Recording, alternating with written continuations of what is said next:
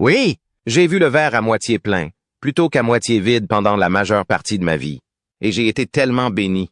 Je veux dire, pensez-y. Je suis la petite fille chanceuse à qui on a demandé de faire toutes ces choses merveilleuses. Alors comment pourrais-je être autre chose que positive? Vous n'allez pas croire ce qui est vraiment arrivé à Julie Andrews. Après une carrière couronnée de succès, Julie a parlé de son combat contre la dépression.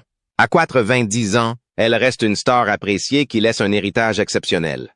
Cependant, malgré sa célébrité, elle a subi une perte dévastatrice qui a laissé un vide irremplaçable dans son cœur.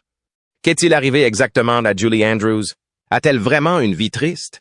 Rejoignez-nous pour découvrir pourquoi Julie, qui a maintenant 90 ans, vit une vie tragique. Un obstacle majeur. Julie Andrews est l'une des stars les plus appréciées d'Hollywood. Connue pour ses rôles emblématiques dans Mary Poppins. La mélodie du bonheur est princesse malgré elle. Elle est devenue un symbole de grâce et de talent, adorée par le public de toutes les générations. Cependant, sa vie et sa carrière n'ont pas toujours été aussi magiques qu'elles le paraissent. Dans une récente interview avec AARP The Magazine, l'actrice de 90 ans a partagé les détails de l'une des périodes les plus difficiles de sa vie, la perte de sa voix de chanteuse. Il y a un peu plus de 19 mois, j'ai subi une intervention de routine qui, m'a-t-on dit, ne menacerait pas mes cordes vocales. Et depuis, comme vous le savez, et comme tout le monde en parle, je ne peux plus chanter. Après une opération chirurgicale en 1997, cette expérience douloureuse l'a profondément marquée et elle a raconté comment elle a trouvé la force de reconstruire sa vie d'une manière complètement nouvelle. En 1997, alors qu'elle jouait dans une production de Broadway, Andrews a commencé à remarquer que sa voix était inhabituellement rauque. Inquiète de ce problème persistant, elle a consulté un médecin qui lui a dit qu'elle avait des nodules non cancéreux sur ses cordes vocales. Croyant qu'il s'agissait d'un problème courant, elle a subi une intervention chirurgicale à l'hôpital Mount Sinai de New York pour se faire retirer les nodules. Malheureusement, à son réveil, elle a découvert que quelque chose de terrible s'était passé. Sa célèbre voix de soprano à 4 octaves, qui avait fait la renommée de sa carrière, a été irrémédiablement endommagée. Julie a expliqué plus tard que l'opération était censée être une procédure simple, mais que les résultats ont été dévastateurs. Elle a ressenti un sentiment de choc et d'incrédulité face à la perte de quelque chose d'aussi essentiel à son identité. La perte de sa voix a eu un impact émotionnel profond sur Julie. Elle a raconté comment elle a sombré dans la dépression, avec le sentiment d'avoir perdu une partie d'elle-même. Le chant a été une part essentielle de sa vie. Non seulement en tant que carrière, mais aussi comme source de joie et d'expression personnelle. Sans cela, elle se sentait perdue et ne savait pas comment aller de l'avant. Julie a ensuite intenté une action en justice pour faute médicale contre l'hôpital, qui a été réglée en 2000, mais les dommages causés à sa voix n'ont pas pu être réparés. Malgré des interventions chirurgicales supplémentaires pour tenter de réparer les dommages, les médecins ont finalement expliqué que le problème provenait d'une rare striation musculaire sur ses cordes vocales, rendant impossible la restauration de sa capacité à chanter. Durant cette période difficile, Andrews a trouvé l'espoir là où elle ne l'attendait pas. À la même époque, elle et sa fille Emma ont eu l'idée d'écrire des livres pour enfants. Cette opportunité a ouvert un nouveau chapitre de sa vie, lui offrant un débouché créatif et un sens à sa vie. Julie a décrit à quel point elle était reconnaissante d'avoir eu la chance de se réinventer et d'embrasser une nouvelle carrière à la soixantaine. Écrire avec sa fille est devenu une source de joie.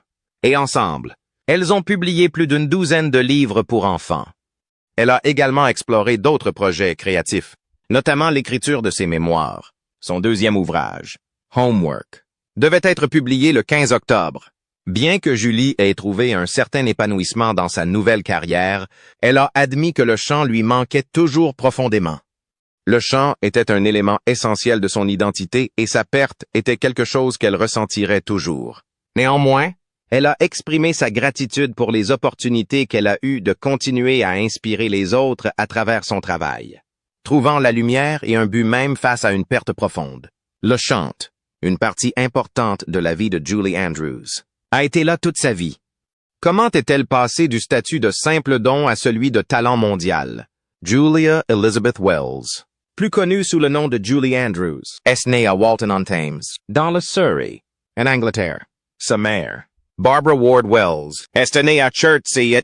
En 1932, elle a épousé Edward Charles Ted Wells, un professeur spécialisé dans le travail du métal et du bois. Cependant, le père biologique de Julie n'était pas Ted Wells. Julie est née d'une liaison entre sa mère et un ami de la famille. Elle n'a appris la vérité sur sa filiation qu'en 1950, lorsque sa mère la lui a révélée. Ce détail profondément personnel est resté privé jusqu'à ce que Julie le révèle dans son autobiographie de 2008. Lorsque la Seconde Guerre mondiale éclate, les parents de Julie se séparent et leur mariage se termine par un divorce. Ils se remarient peu de temps après. Sa mère épouse Ted Andrews, un artiste, en 1943, tandis que son père, Ted Wells, épouse Winifred Maud Hyde, une veuve de guerre qui avait travaillé à ses côtés dans une usine. Le père de Julie participa à l'évacuation des enfants vers des zones plus sûres pendant le Blitz, tandis que sa mère et son beau-père rejoignirent l'Entertainment National Service Association pour divertir les troupes. Durant cette période, Julie vécut brièvement avec son père et son frère John dans le Surrey. En 1940, Ted Wells décida d'envoyer Julie vivre avec sa mère et son beau-père, estimant qu'il pourrait mieux nourrir son potentiel artistique. Cette transition a été difficile pour Julie. Alors qu'elle avait l'habitude d'appeler son beau-père « Oncle Ted », sa mère lui a suggéré de l'appeler « Papa ». Entre-temps, elle a continué à appeler son père biologique « Papa » ou « Papa ». Ce changement a perturbé Julie, qui a eu du mal à s'adapter. La situation financière de la famille était désastreuse à cette époque, et ils vivaient dans un quartier pauvre et difficile de Londres. Julie décrira plus tard cette période comme un chapitre sombre et difficile de sa vie. Son beau-père était alcoolique et souvent violent, ce qui a aggravé ses difficultés. À 2 reprises, il a tenté d'entrer dans la chambre de Julie alors qu'il était ivre, ce qui a incité cette dernière à installer une serrure sur sa porte pour se protéger. À mesure que la carrière d'artiste de sa mère et de son beau-père a commencé à s'épanouir, les conditions de vie de la famille se sont améliorées. Ils ont déménagé dans des quartiers plus agréables. Il y a tellement de choses à faire que je peux faire avec ça. Vous savez, c'est agréable de sentir que ça va arriver. D'abord à Beckenham, puis, après la guerre, de retour à Hersham. Il vivait dans une maison appelée Old Mews, qui revêtait une importance familiale puisque la grand-mère maternelle de Julie y avait travaillé comme femme de ménage. Le beau-père de Julie a soutenu son développement artistique en l'inscrivant à la Cone Ripman School, aujourd'hui connue sous le nom de Tring Park School for the Performing Arts. C'est dans cette école que Julie a commencé à recevoir une formation professionnelle qui allait façonner son talent extraordinaire. Plus tard, elle a étudié avec Madame Lillian Stiles Allen, soprano de concert et professeur de chant réputée. Julie admirait profondément Madame Stiles Allen, la qualifiant de 3e mère. Madame a reconnu le talent vocal extraordinaire de Julie, notant sa tessiture, sa précision et son timbre remarquable. Bien que Madame ait cru que Julie pouvait interpréter Mozart et Rossini, Julie a modestement décrit sa voix comme pure, blanche et fine, avec une impressionnante tessiture de 4 octaves. Malgré son humilité, le talent de Julie a brillé de 1000 feux et elle a poursuivi ses études à la Woodbrook School de Beckenham, tout en perfectionnant ses compétences en chant sous la direction d'experts. Ces années de formation ont jeté les bases de son avenir d'interprète légendaire, partageant quelque chose de rare avec le monde. En 1945, Julie Andrews a commencé à se produire sur scène avec ses parents. Pendant les 2 années suivantes, elle les a rejoints dans des spectacles spontanés et imprévus. Andrews se souvient d'un jour particulier où ses parents lui ont dit de faire une sieste l'après-midi parce qu'elle chanterait avec eux le soir. Lors de ses premières représentations, Andrews se tenait debout sur une caisse de bière pour atteindre le micro, chantant des solos ou des duos avec son beau-père pendant que sa mère jouait du piano. Elle a plaisanté plus tard en disant que son chant n'était peut-être pas génial, mais que le public semblait l'apprécier. Petula Clark, une autre enfant artiste de spectacle de 3 ans plus âgée qu'Andrews, se souvient d'avoir voyagé avec elle à travers le Royaume-Uni en train pour divertir les troupes. Ils dormaient même dans des porte-bagages. Ce que Clark décrit comme amusant, d'autant plus que de nombreux enfants n'ont pas la chance de vivre de telles expériences. La carrière d'Andrews a pris son envol lorsque son beau-père l'a présenté à Val Parnell, directeur général de Moss Empires, qui gérait les principales salles de spectacle de Londres. À seulement 12 ans, Andrews a fait ses débuts professionnels en tant que soliste à l'Hippodrome de Londres, Le 22 octobre 1947, elle a interprété un air difficile, Je suis Titania, dans le cadre de la revue musicale Starlight Roof. Elle y a joué pendant 1 an et se souvient avec émotion de son travail avec le comédien Wally Boag, qui l'a impliqué dans son numéro. Sa prestation est si impressionnante que le public lui répond avec enthousiasme, ce qui l'encourage profondément. À 13 ans, Andrews devient la plus jeune artiste soliste du Royal Variety Performance le 1er novembre 1948. Elle chante devant le roi George VI et la reine Elizabeth au London Palladium, partageant la scène avec des stars comme Danny Kaye. Elle se produit ensuite à la radio et à la télévision, participant à des émissions comme Up the Pole et Educating Archie. Elle joue également dans des productions du West End, notamment Aladdin et Humpty Dumpty, et joue le rôle de Cendrillon dans des pantomimes. En 1952, Andrews prête sa voix à la princesse Zayla dans un film d'animation doublé en anglais, The Singing Princess, son premier rôle au cinéma. En 1954, à 19 ans, Andrews fait ses débuts à Broadway dans The Boyfriend. Malgré son inexpérience, elle reçoit des éloges pour sa performance. Vous savez, My Fair Lady restera à jamais dans l'histoire de la scène comme l'un des classiques du show business. Cela lui a permis de décrocher des rôles dans My Fair Lady et dans la comédie musicale Cendrillon, qui ont connu un grand succès et ont mis en valeur son talent remarquable. Ses premières années ont posé les bases de l'illustre carrière d'Andrews, mais ce n'était que le début de sa renommée.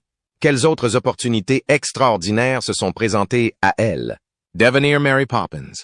En 1963, Julie Andrews accepte le rôle principal dans le film musical Mary Poppins de Disney, une décision qui va façonner sa carrière à jamais. Walt Disney lui propose le rôle après avoir vu sa prestation captivante dans le spectacle de Broadway Camelot. Au début, Julie refuse car elle est enceinte et compte retourner à Londres pour accoucher. Mais Disney était déterminé et lui a dit « Nous t'attendrons ». Après la naissance de sa fille, P.L. Travers, l'auteur des livres Mary Poppins, l'a appelée personnellement. Elle lui a fait remarquer avec humour « Tu es beaucoup trop jolie pour le rôle, mais t'as le nez pour ça ». Disney a veillé à ce que Julie et sa famille soient à l'aise pendant le tournage en leur louant une maison à Toluca Lake, à Los Angeles. Julie s'est investie dans le rôle, s'appuyant sur son instinct pour façonner le personnage. Elle a donné à Mary Poppins une démarche et une attitude distinctes qui reflétaient sa personnalité sage et sage. Malgré la magie qui se dégageait de l'écran, le tournage n'a pas été une mince affaire. Julie a décrit le processus comme étant physiquement exigeant et rempli de défis techniques, mais elle a considéré qu'il s'agissait d'une incroyable introduction au monde du cinéma. Son travail acharné a porté ses fruits de manière spectaculaire. À sa sortie, Mary Poppins a connu un succès record et est devenu le film le plus populaire de l'histoire de Disney à l'époque. Les critiques ont été impressionnés par la performance de Julie Andrews. Variety le qualifiant de triomphe. Le film a reçu 13 nominations aux Oscars et en a remporté 5, dont celui de la meilleure actrice pour Andrews. En plus de l'Oscar, elle a remporté un Golden Globe pour son rôle et un Grammy pour la bande originale du film. Lors de son discours de remerciement aux Golden Globes, Julie a remercié avec impertinence Jack Warner, le producteur qui l'avait ignoré, pour le rôle d'Eliza Doolittle dans My Fair Lady. Sa remarque sincère et intelligente lui a valu des applaudissements et a consolidé sa place de chouchoute d'Hollywood. Son prochain grand projet fut la comédie dramatique The Americanization of Emily, 1964, dans laquelle elle jouait aux côtés de James Garner. Elle avait délibérément choisi ce rôle pour éviter d'être cataloguée comme une nounou. Les critiques ont salué sa performance, le New York Times la décrivant comme irrésistible. Andrews a plus tard déclaré que c'était l'un de ses films préférés, un sentiment partagé par Garner. En 1965, Andrews a joué dans La Mélodie du bonheur, un autre rôle déterminant pour sa carrière. Au début, elle pensait que l'histoire était trop sentimentale, mais son opinion a changé au cours des répétitions. Le tournage à Salzbourg, en Autriche, a été difficile en raison d'une météo imprévisible. Mais Andrews a été enchanté par le décor et a utilisé la musique pour donner vie au personnage de Maria. Le film est devenu le film le plus rentable de l'année, les critiques soulignant la performance radieuse d'Andrews. Pour son rôle de Maria von Trapp, elle a remporté un autre Golden Globe et une nomination aux Oscars. En dehors du cinéma, Julie Andrews est apparue à la télévision et a remporté un Emmy pour The Julie Andrews Show. Elle a continué sa série de films à succès avec Hawaii et Thoroughly Modern Millie. Malgré les défis, le charme, le talent et le dévouement d'Andrews ont fait d'elle l'une des stars les plus appréciées de sa génération, inspirant le public du monde entier avec ses performances. Comme toutes les autres stars hollywoodiennes, Julie Andrews a connu un revers inattendu. Comment a-t-elle pu en venir à bout? Un revers inévitable. Julie Andrews a endossé des rôles ambitieux dans deux des échecs les plus coûteux de Hollywood. Star, un film biographique sur Gertrude Lawrence, et Darling Lily, où elle a joué aux côtés de Rock Hudson sous la direction de son mari, Blake Edwards. Durant le tournage de Star, Julie a dû lutter contre le doute et analyser minutieusement chaque aspect de son personnage. Les séquences musicales élaborées du film étaient physiquement et mentalement épuisantes, et le chorégraphe Michael Kidd a travaillé en étroite collaboration avec elle pour les perfectionner. En même moment, elle traversait un divorce difficile avec son premier mari, Tony Walton. Malheureusement, Star n'a pas impressionné les critiques. Le New York Times l'a qualifié de l'un de ses films les plus faibles, tandis que Variety a déclaré que sa performance était trop exagérée. Malgré les critiques, Andrews a été nominée pour un Golden Globe Award de la meilleure actrice dans une comédie ou une comédie musicale. Avec le recul, elle considère que les liens d'amitié qu'elle a noués avec Kidd et le réalisateur Robert Wise constituent la meilleure partie de cette expérience. 2 ans avant le début du tournage, en 1968, Edwards a partagé avec Andrews sa vision de Darling Lily. Elle a enregistré des chansons pour le film à l'avance, en collaboration avec les compositeurs légendaires Henry Mancini et Johnny Mercer. Bien que le film ait été un échec commercial, Andrews estime que les problèmes de marketing et de post-production du studio ont contribué à ces difficultés. Cependant, le New York Times a fait l'éloge de sa performance, la qualifiant de parfaite vedette et soulignant son talent pour la comédie et le chant. Elle a été une nouvelle fois nominée pour un Golden Globe, et le film a même remporté un Oscar. En réfléchissant à sa carrière, Andrews a reconnu qu'un succès constant est impossible, mais a noté que personne ne cherche délibérément à échouer. Andrews avait d'abord été envisagé pour le rôle principal dans Bedknobs and Broomsticks de Disney, mais c'est finalement Angela Lansbury qui a été choisie. Entre-temps, Andrews a étendu sa présence à la télévision, en faisant équipe avec Harry Belafonte pour une émission spéciale de NBC en 1969. Elle a continué à faire des apparitions à la télévision, notamment dans Julie and Carol au Lincoln Center, avec Carol Burnett et dans sa propre émission de variété, The Julie Andrews Hour, qui a remporté 7 Emmy Awards avant d'être annulée après une saison. Tout au long des années 1970, elle a joué dans plusieurs émissions spéciales télévisées et a fait des apparitions en tant qu'invitée, notamment dans The Muppet Show. Sa carrière cinématographique a été couronnée de succès dans The Tamarind Seed et Ten. Dans les années 1980, elle interprète des rôles audacieux, notamment dans S.O.B. et Victor Victoria, ce dernier lui valant un Golden Globe et une nomination aux Oscars. Elle continue de briller à la télévision et au théâtre. Après une opération chirurgicale ratée, quelle est la suite de la carrière de Julie? La réinvention ultime. En 1997, une opération chirurgicale ratée a coûté à Julie Andrews sa voix de chanteuse, la rendant réticente à chanter devant la caméra pendant des années. Malgré cela, elle est restée active dans l'industrie du divertissement. En 1998, elle a participé à une production londonienne de Dr. Dolittle, prêtant sa voix à Polynesia, le perroquet. Elle a enregistré plus de 700 phrases qui ont été programmées dans l'oiseau animatronique, le faisant même chanter pendant qu'elle parlait aux animaux. L'année suivante, elle a retrouvé James Garner pour le téléfilm One Special Night, diffusé sur CBS en novembre 1999, en 2000. Andrews a reçu l'une des plus hautes distinctions britanniques, en étant nommée Dame Commandeur de l'Ordre de l'Empire britannique pour sa contribution aux arts. La reine Elizabeth II lui a remis le prix au palais de Buckingham et elle a été classée 59 sur la liste des 100 plus grandes britanniques de la BBC, selon le vote du public. En 2000, un Andrews a été honoré au Kennedy Center et a retrouvé son partenaire de la Mélodie du Bonheur, Christopher Plummer, dans une représentation télévisée en direct de la Maison du Lac. La même année, elle a fait un retour triomphal chez Disney dans Princesse malgré elle, dans le rôle de la reine Clarisse Marie Rinaldi. Il s'agit de son premier rôle dans Disney depuis Mary Poppins en 1964. Elle reprendra ce rôle dans Princesse malgré elle 2, Les fiançailles royales. Dans cette suite, Andrews chante au cinéma pour la première fois depuis son opération de la voix, interprétant Your Crowning Glory dans une tessiture vocale soigneusement adaptée. Le superviseur musical du film a rappelé à quel point Andrews avait interprété la chanson magnifiquement en une seule prise, émouvant les membres de l'équipe aux larmes. Son travail avec Disney s'est poursuivi en 2003 lorsqu'elle a joué dans 2 téléfilms Héloïse dans le rôle d'une nounou sage et attentionnée.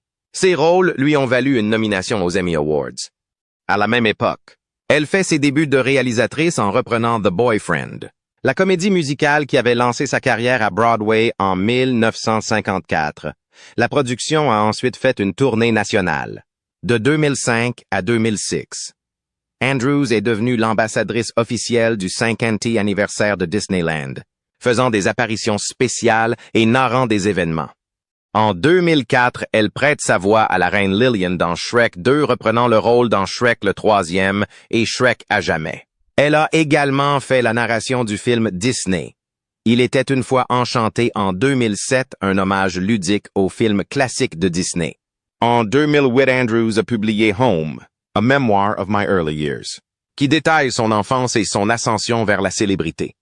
Plus tard cette année-là, elle s'est lancée dans une tournée américaine intitulée Julie Andrews, The Gift of Music, au cours de laquelle elle s'est produite en public pour la première fois depuis plus de 10 ans. Elle a interprété plusieurs chansons de Rodgers et Hammerstein et présenté son livre pour enfants, Simeon's Gift. La tournée comprenait des arrêts au Hollywood Bowl et dans d'autres grandes salles. En 2010, Julie est revenue sur scène à Londres après 21 ans, se produisant à l'O2 Arena. Plus de 20 fans lui ont réservé de nombreuses ovations debout, même si les critiques s'étaient divisées sur sa performance. La même année, elle a prêté sa voix à des personnages de Moi, Moche et Méchant et de Shrek 40 ans après. Elle a ensuite été honorée d'un Grammy Lifetime Achievement Award. Bon, à part le bruit de cri que je ferais, je suppose que ce serait assez fort. Non, ce n'est pas si terrible. Non, ce n'est pas mal du tout. Changes. Ouais. En 2011, elle a continué à écrire des livres avec sa fille, Emma Walton Hamilton. Tout au long des années 2010, elle est restée active au cinéma et à la télévision. Elle a prêté sa voix à Keratin, une créature marine mystique dans Aquaman, et a refusé un caméo dans Mary Poppins Returns pour éviter de faire de l'ombre à Emily Blunt. En 2020, elle a commencé à raconter la série à succès Bridgerton sur Netflix, ce qui lui a permis de se faire connaître auprès d'une nouvelle génération de fans. En 2022, Andrews a reçu le prestigieux prix Lifetime Achievement de l'American Film Institute, où les stars ont rendu hommage à sa carrière légendaire. Elle a également repris son rôle de mère de Gru dans Les Mignons, 10 ans après Gru. En 2023, elle a rendu hommage à son amie de longue date Carol Burnett dans une émission spéciale de NBC en prime time et a évoqué ses premières années à Hollywood dans un hommage de CBS à Dick Van Dyke. La carrière de Julie Andrews s'étend sur des décennies et, malgré les revers, elle est restée une icône du cinéma, du théâtre et de la télévision. Son héritage continue d'inspirer des générations de fans dans le monde entier. À quoi ressemble la vie de Julie Andrews en dehors des projecteurs et de sa vie amoureuse épanouissante? L'histoire d'amour de Julie Andrews a commencé lorsqu'elle a épousé le scénographe Tony Walton le 10 mai 1959 à Weybridge, dans le Surrey. Des invités de marque ont assisté au mariage, dont l'actrice Maggie Smith. Leur histoire d'amour avait commencé des années plus tôt, en 1948, lorsque la jeune Julie jouait Humpty Dumpty au London Casino. Leur lien a conduit à la naissance de leur fille, Emma Walton Hamilton. En 1962, cependant, après près d'une décennie ensemble, le couple a divorcé en 1968. Peu de temps après, l'amour a retrouvé Julie. En novembre 1969, elle épouse Blake Edwards, un réalisateur de cinéma de renom. Ils étaient déjà ensemble depuis au moins 2 ans avant de se marier. Grâce à ce mariage, Julie devient la belle-mère des enfants d'Edwards, Jennifer et Jeffrey. Leur famille s'agrandit encore davantage dans les années 1970, lorsque le couple adopte 2 filles vietnamiennes, Amy Lee et Joanna Lynn. L'histoire d'amour de Julie et Blake durera 41 ans, jusqu'au décès d'Edwards en 2010. Il avait 88 ans lorsqu'il est décédé des suites de complications d'une pneumonie au St. John's Health Center de Santa Monica, en Californie. Julie était à ses côtés dans ses derniers instants, témoignage de leur profond amour et de leur dévouement. Au-delà de sa vie personnelle, Andrews est grand-mère de 9 enfants et arrière-grand-mère de 3 petits-enfants. Elle vit actuellement à Sag Harbor, New York, où sa fille, Emma, a cofondé le Bay Street Theatre, perpétuant ainsi la passion de la famille pour les arts. Andrews fut un temps surnommée la plus jeune prima donna de Grande-Bretagne en raison de sa voix exceptionnelle. Sa voix de soprano de formation classique était réputée pour sa pureté, sa clarté et sa brillance, avec une qualité opératique. Au fil du temps, sa voix s'est naturellement approfondie. Elle a perdu quelques notes aiguës, mais son registre moyen est devenu plus chaleureux et plus riche. Elle évitait les chansons tristes de peur que l'émotion ne submerge sa voix, préférant une musique lumineuse et entraînante. Sa voix a fait d'elle une légende de l'histoire de la musique, lui valant des éloges pour sa clarté et sa profondeur émotionnelle. Que pensez-vous du parcours de Julie Andrews? Pensez-vous qu'elle mène actuellement une vie triste? Partagez vos réflexions avec nous dans la section commentaires. N'oubliez pas d'aimer, de partager et de vous abonner pour en savoir plus. Cliquez également sur la prochaine vidéo qui s'affiche sur votre écran.